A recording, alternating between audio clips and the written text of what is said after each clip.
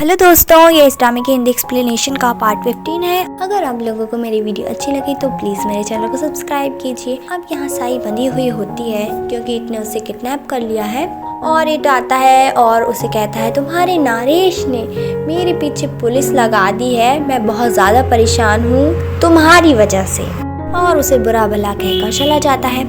अब यहाँ पर साई एक होल में से देखने का ट्राई करती है कि उसे थोड़ा समझ में आ जाए कि वह किस जगह पर है, और इधर इट जॉन पॉल से कहता है कि हमें चिंता करने की जरूरत नहीं है, हमारे पास पैसों की कोई कमी नहीं है, हम आसानी से यहाँ से निकल जाएंगे। और इधर कोमेश बोलता है नारिन से ने इट के अकाउंट्स को ब्लॉक करवा दिया है, और इधर इट को भी समझ में आ जाता है कि उसका अकाउंट ब्लॉक हो चुका है। और नारिन उसके पास फोन लगाता है लेकिन वह कहता है मैं सरेंडर नहीं करूंगा और मैं तुम्हारा फोन भी नहीं उठाऊंगा। अब ये उसका फोन नहीं उठाता तो नारिश साई के फोन पर फोन लगाता है और इट उसका फोन ही तोड़ देता है। अब नारिश काफी परेशान हो जाता है तो वो बाहर आ जाता है फ्रेश एयर लेने के लिए। अब इस पर हमला करता है होटल का शेफ जिसे नीचा ने हायर किया था, बट नारिश उसे देख लेता है और बच कर छुप जाता है एक जगह पर। अब नीचा फोन लगाती है इट के पास जले पर नमक छिड़कने के लिए। इधर नारिश छुपा हुआ होता है और ये शेफ उसके पास आ रहा होता है उसे मारने के लिए, लेकिन नारिश उस पर हमला कर देता है और उसकी गन गिर जाती है और इन दोनों के बीच में फाइटिंग होने लगती है। और काफी लड़ाई के बाद नारिश उसे पकड़ ही लेता है और यहाँ पर कोमेश भी आ जाता है और नारिश कहता है इसने मुझे मारने की कोशिश की। यहाँ नीचा उसे ऑफर देती है कि तुम साई को मार दो तो मैं तुम्हारी वहाँ से निकलने में मदद करूंगी। इट कहता है तुमने मुझे क्या पागल समझा है, तुम ही ने सोमसरी को मारा और फिर मुझे फंसा दिया, और अब तुम मुझे ऑफर दे रही हो कि मैं साई को मार दूं ताकि मेरे पूरे रास्ते बंद हो जाए निकलने के।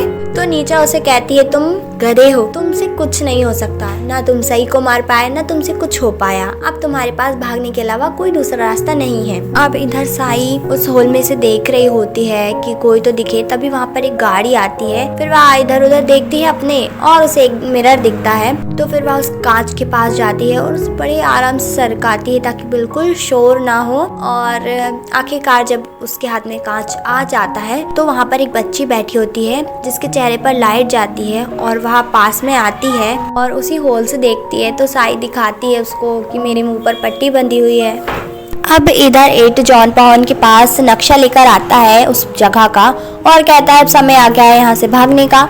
तो जॉन पॉल कहता है कि हमारे पास साई है, हम उनसे पैसे मांगेंगे और बदले में कहेंगे कि हम साई को तुम्हें लौटा देंगे, हमें पैसे दे दो। तो इट कहता है तुम्हारा दिमाग खराब हो गया क्या, उन्हें केवल साई चाहिए और वहाँ हमें पैसे किस तरह से देंगे, और हम पकड़े गए तो वहाँ हमें कुत्तों की तरह मार देंगे। तो प्लीज तुम सपने देखना बंद करो, हमारे पास भागने के अलावा भी कोई रास्ता नहीं है। अब साई यहाँ पे वेट कर रही होती है, तभी उस होल में से एक नाइफ गिरता है जो कि उस बच्ची ने गिराया, तो वो उस चाकू की मदद से अपने हाथ खोलने का ट्राई करती है। इधर नारिश और कोमेश दोनों तैयार होते हैं जाने के लिए, तभी नारिन भी आता है और कहता है मैं भी तुम्हारे साथ चलूंगा, तुम्हारी मदद करूंगा। नारिन कहता है उससे तुम यहीं रहो, यहाँ के मैटर को संभालो। तो वह कहता है मैं तुम्हारी मदद करूंगा ना। तो कोमेश कहता है तुम हमारी बात मानो, यहाँ के मामलों को पहले देख लो। तो नारिन कहता है कौन से मामले, ऑब्वियसली वो किस मामले की बात कर रहे हैं, अभी इन्होंने उस शेफ को पकड़ा है तो वहाँ उसी बारे में बात कर रहे हैं। और नीचे एक तरफ खड़ी होकर देख रही होती है और सोचती है कि अभी तक यहीं क्यों है, क्योंकि नारिश और कोमेश चले गए हैं। ये दोनों गेट खोल रहे होते हैं और साई इन पर हमला कर देती है चाकू से और बचकर भाग जाती है क्योंकि उसने अपने हाथ खोल लिए थे ना, और बाहर जाकर मदद के लिए चिल्लाती है, लेकिन इट उन पर फिर गन चलाने लगता है तो फिर साई को वहाँ से भागना पड़ता है। अब साई एक जगह आकर छुप जाती है और ये दोनों उसको ढूंढ रहे होते हैं, और जब उसे लगता है कि यहाँ कोई नहीं है तो वह निकलती है वहाँ से भागने के लिए, लेकिन तभी उसके पीछे इट और जॉन पॉल आ जाते हैं और इट उससे कहता है तुमने मुझे बहुत परेशान किया है और तुम मरना डिजर्व करती हो, और उसे गन मारने वाला ही होता है। तभी एंट्री होती है नारिश की जो कि हीरो की तरह आके साई को बचा लेता है, और अब इन दोनों पे गोलियां चलने लगती है तो ये वहीं छुप जाते हैं। नारिश साई से कहता है सॉरी मैं लेट हो गया, और इस तरफ नारिन उससे पूछ रहा होता है कि तुमने ऐसा क्यों किया, समय आने पर मैंने तुम्हारी मदद की थी, मैंने तुम्हें जॉब दी थी, उसके बाद भी तुमने हमारी फैमिली के साथ ऐसा क्यों किया। लेकिन वह कुछ बोल नहीं रहा होता तो वह उस पर हाथ उठाने लगता है। तो यह उसे रोकता है कि तुम प्लीज ऐसा गुस्सा मत करो। तो नारिन कहता है इसने मेरे छोटे भाई को मारने की कोशिश की और मैं इस पे गुस्सा भी नहीं कर सकता। तो यह ऑफिसर उससे कहता है कि हम तुम्हारी मदद करेंगे, तुम्हें डरने की जरूरत नहीं है। तभी उसका फोन रिंग होने लगता है। तो वह उससे कहता है कि जरा इसका फोन निकालना, देखे तो जरा किसका फोन आ रहा है। और फोन होता है नीचा का। तो नारिन उससे कहता है कि मतलब आंटी नीचा ने तुम्हें ऑर्डर दिया था मेरे भाई को मारने का। लेकिन यह अभी भी कुछ नहीं बोलता। तो उसकी चुप्पी देखकर समझ जाता है नारिन कि सच में ही उसकी बुआ ने ही उससे और उसके भाई को मारने की कोशिश की। और इधर जॉन पॉन से कहता है इट कि हमें भागने का ट्राई करना चाहिए यहाँ से। और जब वहाँ खड़े होते हैं भागने के लिए तो इट जॉन पॉन को धक्का दे देता है, जिससे वह बिल्कुल पुलिस के टारगेट पर आ जाता है। और उसके पास कोई ऑप्शन नहीं बचता तो वह गन निकाल लेता है अपनी और चलाने वाला होता है, लेकिन गोलियों से उसे भून दिया जाता है। और इस तरह इट यहाँ से भाग जाता है। अब कॉमेस सभी को ऑर्डर दे देता है कि आसपास के इलाकों में इट को ढूंढो। और नारिश साई को हक करता है। नीचा उसी शेफ के पास फोन लगाती है और कहती है मुझे उसी प्लेस पे मिलो जहाँ हम लास्ट टाइम मिले थे। तो अब नीचा शेफ से मिलती है और उससे कहती है तुम नारिन को नहीं मार पाए, कोई बात नहीं, अभी वह साई के पीछे है। अगर वह इट के हाथों मारे गए दोनों तो तुम्हें बस इतना करना है, नारिन तो अभी वापस आया है और उसकी माँ की तबीयत भी ठीक नहीं रहती, तो हम उन्हें फंसाएंगे और उन्हें मार देंगे। मतलब ये यहाँ पे नारिन और मियाई को मारने की बात कर रही होती है। तभी यहाँ एंट्री होती है नारिन की और उससे तो शौक लगता है कि उसकी बुआ उसके बारे में ऐसा कह रही थी। और ये ऑफिसर बताता है कि तुमने अभी जो भी कहा वो सब रिकॉर्ड हो चुका है। नीचा कहती है कि मैंने कुछ नहीं किया और चली जाती है और लीता उसके पीछे जाती है। जब पुलिस जा रही होती है तो नारिन कहता है चिंता मत कीजिए, वह यही है पुनरा में, वहाँ कहीं नहीं जा सकती। अब नीचा बहुत घबरा जाती है, डर जाती है और कमरे में जाती है और गन निकालती है। अब लीता आती है उसके पास और वह डरी हुई होती है और कहती है लीता से मैं यहाँ से भाग जाऊंगी। तो लीता उसे कहती है कि कमरे के बाहर पुलिस खड़ी है, आप कैसे भागेंगी। और उसकी माँ से कहती है कि आपको चिंता करने की जरूरत नहीं है, आपने कुछ ज्यादा बड़ा जुर्म नहीं किया है, आपने किसी को नहीं मारा है। तो नीचा कहती है हाँ, किसी को नहीं पता कि मैंने सुमसरी को मारा है। तो नीचा की ये बात सुन के लीता पैरों तले जमीन खिसक जाती है कि उसने सोचा नहीं था कि उसकी माँ ने किसी को मारा होगा। तो वह उसकी माँ से कहने लगती है आपने ऐसा क्यों किया। तो वह कहती है मैं जेल जाऊंगी, है ना, मैंने किसी को मार दिया। और उससे कहती है कि प्लीज मेरी मदद करो, मुझे जेल नहीं जाना है। तो वह माँ की ऐसी हालत देखकर उसको गले लगा लेती है, कहती है कि ठीक है मैं आपकी मदद करूंगी। और गन खुद ही के ऊपर रखवा लेती है और कहती है कि आप यहाँ से चली जाइए, मेरी जिंदगी आपकी ही है, मैं आपकी मदद करूंगी। और नीचा बिल्कुल वैसा ही करती है, लीता को ढाल बना लेती है और पुलिस से बचकर भागने का सोचती है। और जब ये लोग आते हैं तो उसे समझाते हैं कि तुम्हारा दिमाग खराब हो गया है क्या, तुम अपनी बेटी पर गन कैसे रख सकती हो। तो नीचा कहती है कि हाँ मैं पागल हो गई हूँ तुम लोगों की वजह से, तुमने मुझे इतना बेइज्जत किया कि मुझे ऐसा बनने पर मजबूर कर दिया। तभी उसे समझाते हैं कि सरेंडर कर दो, लेकिन वह किसी की नहीं सुनती और लीता को ढाल बनाकर आगे चली जाती है एक अकेली जगह पे। हाँ, और उसे छोड़ देती है और उसे कहती है मैं जा रही हूँ, अपना ख्याल रखना, और वहाँ से भाग जाती है। अब यहाँ पर पुलिस आ जाती है और उसके पीछे जाती है। अब यहाँ पे नीचा भाग रही होती है और टकराती है किससे, इट से।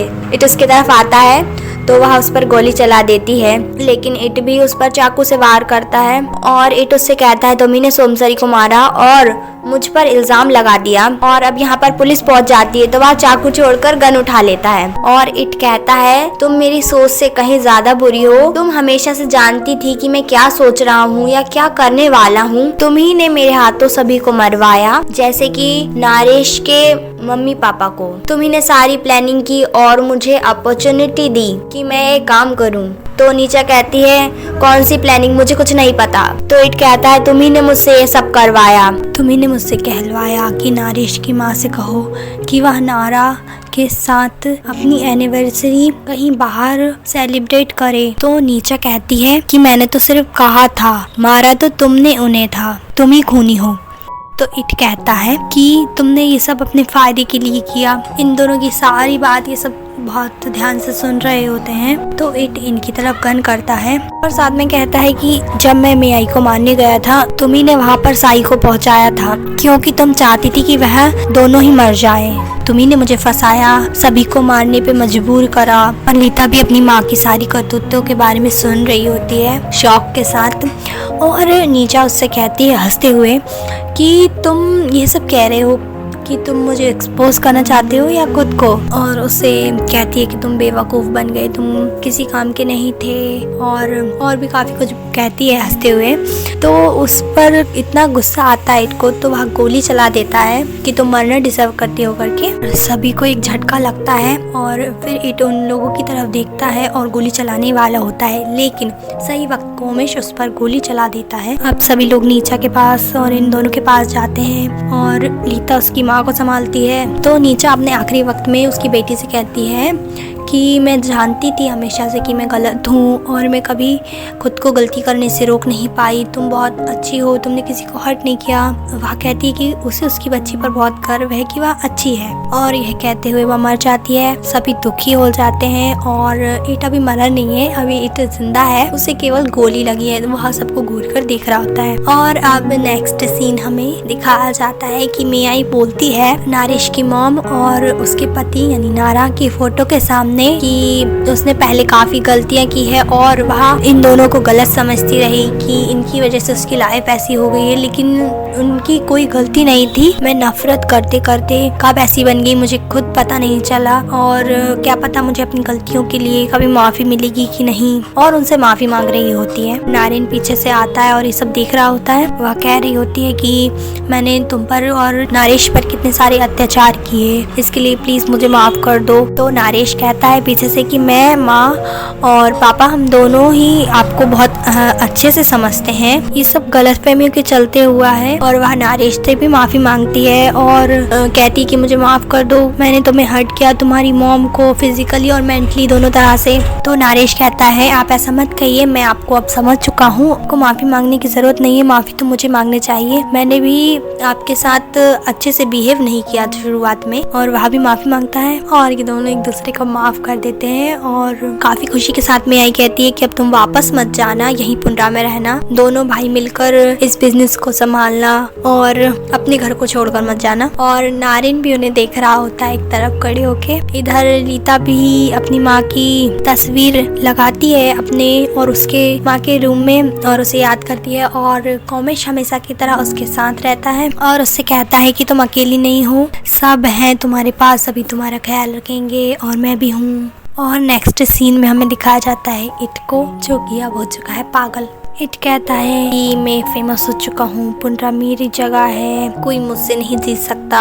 और फिर रोने लगता है और फिर उसे नीचा के बारे में याद आ जाता है। तो वह कहता है मैं तुम्हें मार दूंगा, तुम जिंदा नहीं बचोगी। और नेक्स्ट सीन में हमें दिखाते हैं नारेश और साई दोनों आते हैं और कुछ सरप्राइज होता है साई के लिए। नारेश उसे लेकर जा रहा होता है तो वह उससे कहता है कि यहाँ पर किसी की शादी की तैयारी चल रही है और उससे पूछता है कि तुम्हें ये जगह अच्छी लगी। तो वह कहती है अच्छी है, लेकिन गेस्ट लोग तो दिख नहीं रहे हैं और शादी किसकी है। तो सभी वहाँ पर आ जाते हैं और साई को अभी तक कुछ पता नहीं होता क्या चल रहा है यहाँ पे। और बहुत ही अच्छे तरीके से नारेश प्रपोज करता है साई को कि वह हमेशा उसके साथ रहे।